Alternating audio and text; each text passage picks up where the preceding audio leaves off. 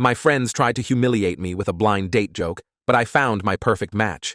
Now they're telling me I'm making a mistake. I, 28M, am a medical resident, so I barely have time to sleep, let alone date. My friends, also in med school, have been pushing me to go out more, insisting that I need a break from the grind. A few weeks ago, they set me up on a blind date. They wouldn't stop talking about how perfect this girl was for me, so I thought, why not? I met Emily, 26F, fake name, at the restaurant, and right away, I could tell she wasn't what my friends probably expected me to go for. Emily's not super skinny. In fact, she's a little chubby. But honestly, I thought she was really cute. She had this amazing smile, and the way she laughed just made me want to keep the conversation going. She's studying geology, and she was so passionate about her work, talking about volcanic rock formations like it was the coolest thing ever, and by the end of the night I agreed it was a lot more fun to talk about than cadavers. The best part was how comfortable the date felt. We both found out we're autistic, both late diagnosed, and we mask a lot, meaning we're used to putting on a social act to fit in. But with each other, it felt like we didn't have to pretend so much, and that made the whole evening feel easy. It wasn't like most dates where you're constantly trying to impress the other person. We just clicked. Physically, Emily wasn't the type my friends thought I'd be into, but I didn't care at all. She's sweet, funny, and I had an amazing time with her. By the end of the night, we exchanged numbers, and we've been texting pretty regularly since. A few days later, though, I got a really sad message from Emily. Turns out, my friends told her that they set us up as a prank, that they set me up with her because they thought she wasn't my type, and that they picked her specifically because she's chubby and not what they'd call conventionally attractive, thinking it would be funny to see how I'd react.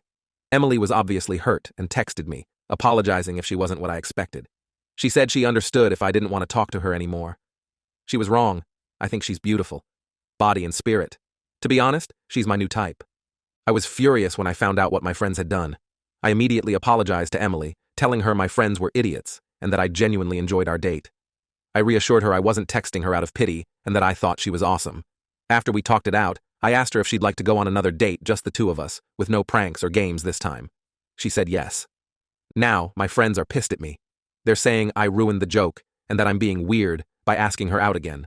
They're acting like the whole thing was just harmless fun and can't believe I'm going on a second date with someone who, to them, was supposed to be the punchline. They even joked that I'm only doing it because I feel bad, but that's not it at all. I actually like Emily. I'm looking forward to seeing her again, and I don't see why I should let their prank dictate how I feel. So now I'm getting all this backlash, and my friends think I'm the asshole for continuing to see her. I'm so confused. They keep saying it's my autism and that I just don't get it. Ada, update. 1. So I figured I'd give you all an update on my situation with Emily and my friends. First off, I really appreciate the supportive messages I got from many of you. It means a lot to know that I'm not alone in this. So, after my last post, I decided to take Emily out on that second date, and honestly, it was even better than the first. We went to a local cafe with great pastries, and as we sat down with our coffee, I realized that I had never felt so comfortable with someone before. We spent hours talking, and every moment was filled with laughter and meaningful conversation. Emily shared her passion for geology, her recent research on the relationship between volcanic eruptions and climate change, and I found myself completely captivated by the way she spoke about her work. As we shared our stories, I learned that Emily had faced her own struggles with self-image, particularly after receiving her late autism diagnosis. She spoke candidly about how being autistic made social interactions feel overwhelming, and how her friends sometimes didn't understand her need for space. I shared my own experiences, detailing the challenges I faced during medical school, especially during late-night study sessions, when anxiety seemed to creep in. It felt like we were peeling back layers of ourselves, and it felt so liberating to connect on that level. However, the backdrop of my friends' reactions loomed heavily over me. As we walked through the park after our date, I noticed that I was constantly checking my phone, waiting for the inevitable messages from my friends. They had been relentless since I told them about Emily, sending me texts filled with snarky remarks and mocking laughter. I even caught a couple of them in person making jokes about my new girlfriend and their exaggerated disbelief that I would actually want to see her again. I tried to brush it off, but their words stung. I couldn't understand how they could treat Emily like that, especially after the way she had opened up to me. The day after our date, I decided to confront my friends. I wanted to explain why their prank was hurtful and how it affected both Emily and me. I arranged to meet them at a bar, hoping that maybe some drinks and a casual atmosphere would soften their dismissive attitudes. When I got there, they were already laughing, recounting how they couldn't believe I had actually gone out with her again. I felt my heart sink. I had hoped they would have come around, but instead it felt like they were doubling down on their cruel joke. I took a deep breath and spoke up, trying to keep my voice steady. I told them that Emily is an incredible person, and I genuinely enjoyed spending time with her. I described the connection we had, emphasizing how refreshing it was to talk to someone who understood me so well. I told them that their jokes were not just in poor taste, but they were also cruel. They seemed surprised, and one of them asked if I was really that into her, and that's when I lost my patience. I told them that it wasn't just about physical appearance. It was about how I felt when I was with her, how we could share our thoughts and experiences without judgment. To my surprise, they didn't take it well. They argued that I was being too sensitive and that they were just trying to lighten the mood. One of my friends even suggested that I should man up and get over it. That's when I realized how deep their ignorance ran. They weren't just poking fun at Emily, they were minimizing my feelings too. I ended up leaving the bar, frustrated and hurt. I knew I had to draw a line and prioritize my own mental health and my relationship with Emily over the expectations of my friends. That night, I texted Emily, telling her about my day and how it had gone with my friends. I expressed my fears about the way they viewed her, but she responded with kindness and understanding. She reassured me that she was glad I stood up for her, and she appreciated me for who I was. Her words calmed me, and I felt a renewed sense of determination to make this work. After that confrontation, I decided to give my friends a bit of space. I realized that some people might never understand the beauty of accepting and loving someone for who they are, especially when they look beyond conventional standards. My friends started to reach out again, but I was cautious about how much I shared. I knew I needed to protect Emily and our blossoming relationship. A week later, I took Emily on another date, this time to a natural history museum. It was perfect because it combined both of our interests, and I was eager to learn more about the geological exhibits she loved. As we wandered through the displays, Emily lit up while explaining various artifacts, her enthusiasm infectious. I found myself completely mesmerized by her passion, and we ended up spending hours discussing our favorite exhibits, delving into conversations about ancient civilizations and the impact of climate change on geology. That night, as we sat on a bench outside the museum, I realized just how far we had come in such a short time. We leaned in closer, and I felt a rush of emotions. I had never been this open with someone before, and I wanted to explore this connection further. As we shared a quiet moment, I leaned in and kissed her, and to my relief, she kissed me back. It felt like everything around us faded away, and I knew in that moment that I was falling for her. It was genuine and real, and I couldn't help but smile at how unexpected this journey had been. When I got home, I realized I was finally starting to understand the value of authentic connections, and I didn't want to let my friends' perceptions dictate my happiness anymore. I could no longer let their insecurities affect my choices. Emily was a breath of fresh air in my life, and I wanted to keep building this relationship. No matter what my friends thought, I knew I had found something special with her. Update 2. Hey, it's me again, back with another update. So, things have taken a bit of a turn, and I want to share what's been going on. After that amazing third date with Emily, where I felt more connected to her than ever before, I started feeling optimistic about where our relationship was heading. But as I tried to integrate her more into my life, my friends were still very much an issue. They hadn't stopped commenting on my relationship with Emily, and their jokes had become a constant source of tension. They kept saying that I was wasting my time, and even suggested that I should be with someone who actually fits my type. I finally reached a breaking point. During a group outing, I decided to stand my ground. I told them that their jokes had crossed a line, and I wouldn't tolerate their disrespect towards someone I cared about. I expressed how their attitudes were incredibly hurtful, and why I thought their behavior was not just immature, but downright cruel. I expected some pushback, and I got it. They didn't take me seriously, brushing it off as just me being too sensitive again. One of my friends even accused me of having poor taste in women. I was shocked that they still didn't get it. It wasn't about looks or fitting some mold. It was about how I felt when I was with Emily. I felt like I was fighting a losing battle.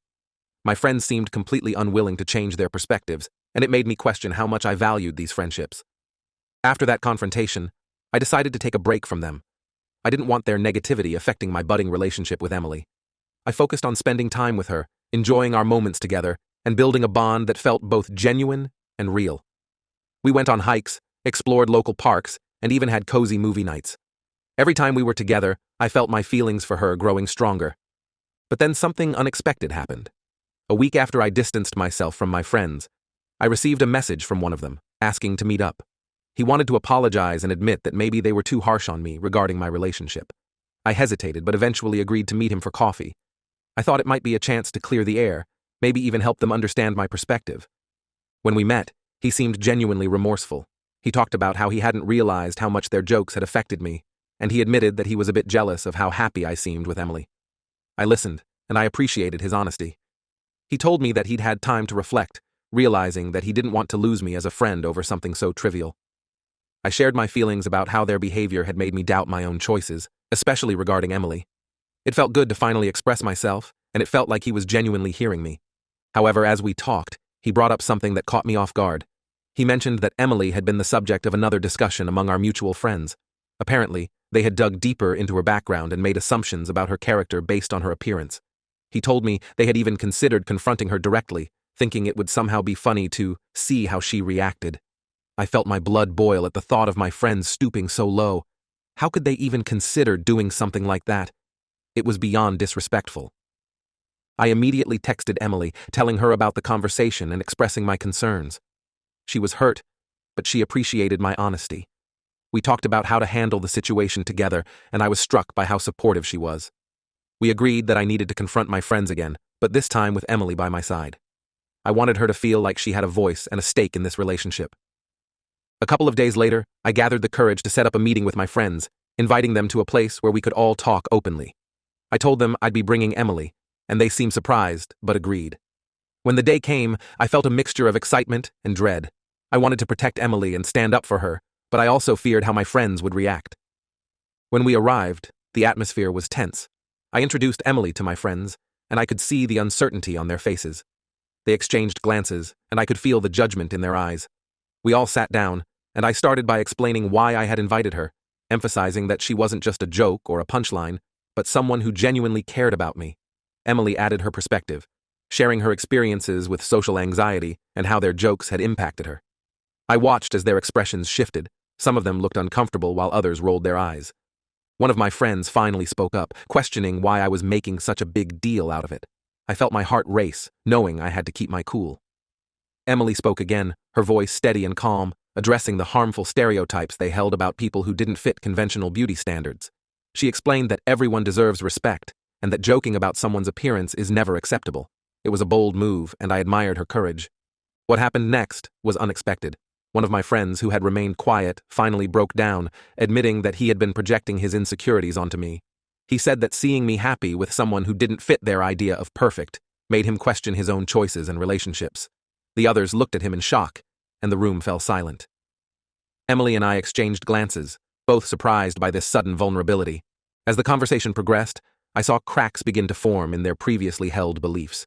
They started to reflect on their actions and how they had treated us. I could see the tension slowly dissipating as they began to realize how their words had consequences.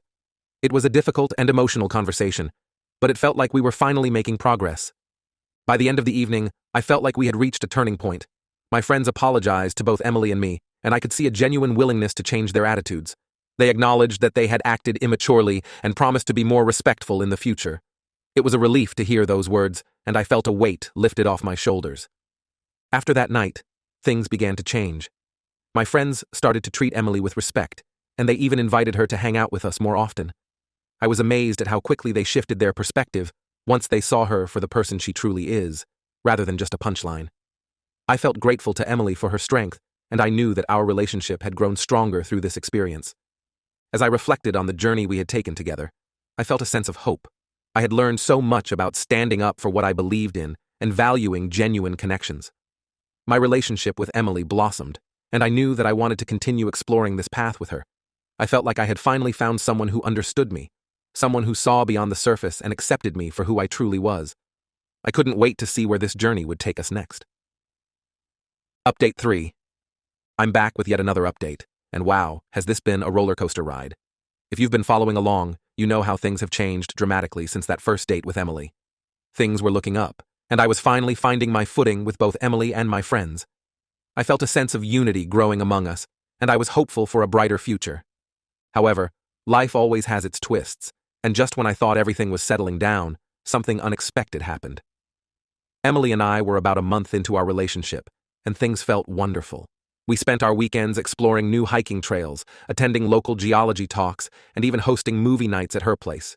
We were growing closer, and I loved every moment of it. But then, One night, as we were having dinner, she dropped a bombshell. She looked serious, and I could tell she had something weighing on her mind.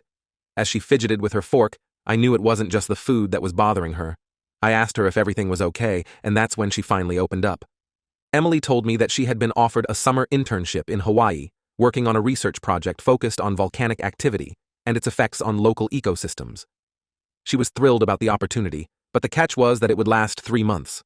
I could see the excitement in her eyes, but there was also a flicker of uncertainty. She didn't know how to tell me about it, because she didn't want me to feel like she was leaving me behind. I was happy for her, but a part of me felt a twinge of sadness. I didn't want to hold her back from pursuing her dreams, but the thought of her being away for that long was daunting. We talked it over, and she reassured me that she didn't want to lose the connection we had built. We discussed how we could make it work, whether it be through regular video calls, texts, and planning visits whenever possible. Despite my initial reservations, I encouraged her to take the opportunity. I wanted her to pursue her passion and excel in her field, and I knew this internship would be a major step in her career. She was thrilled at my support, and we both agreed that we would stay committed to each other throughout the summer. As the days passed, I realized that our relationship was strong enough to weather this storm. The thought of Emily being away was scary, but it also ignited a fire within me to show her just how much she meant to me. I began planning surprises for her last few weeks in town, wanting to make every moment count. I organized little outings, created a scrapbook of our favorite memories, and even cooked her favorite meals. I wanted to send her off with a heart full of love and unforgettable experiences. As her departure date approached, the atmosphere became bittersweet. We both felt the weight of the impending separation, but we were also excited for the adventure that lay ahead for her. On the night before she left, I took her to the beach, where we watched the sunset. The sky was painted in hues of orange and pink, and I could feel the tension of the upcoming distance melting away. In that moment, I held her close, and I promised to be there for her no matter the miles between us. We talked about our dreams, our hopes, and our plans for the future. We discussed how we would navigate this long-distance phase, ensuring that we remained a priority in each other's lives. It felt like we were both ready for this challenge, and I believed that we could handle it together. The day she left was emotional, but we promised to stay in touch and keep each other updated on our lives. I watched her drive away, knowing that this was just the beginning of a new chapter in our relationship. I felt a mix of sadness and pride for her as she chased her dreams. During the next few months, I threw myself into my residency, focusing on my studies while maintaining regular communication with Emily. We scheduled weekly video calls, sharing stories about our lives and keeping each other engaged in our journeys. Each time we spoke, it felt like no time had passed, and I knew our bond was unbreakable. As summer went on, I noticed a significant change in myself. I was happier, more confident, and more motivated than I had been in a long time. I realized that Emily's presence in my life had opened up new doors for me, and I felt inspired to take my own ambitions seriously. I began exploring opportunities in my field, looking for ways to integrate my passion for medicine with my personal interests. Eventually, the summer came to an end, and I planned a trip to visit Emily in Hawaii. I was nervous, but excited to see her again. When I arrived, the moment I saw her, I was overwhelmed with joy. It was like the distance had melted away, and all that mattered was the connection we shared. We spent an amazing week together, exploring the beautiful landscapes and learning about her research firsthand. That trip solidified everything I felt for her.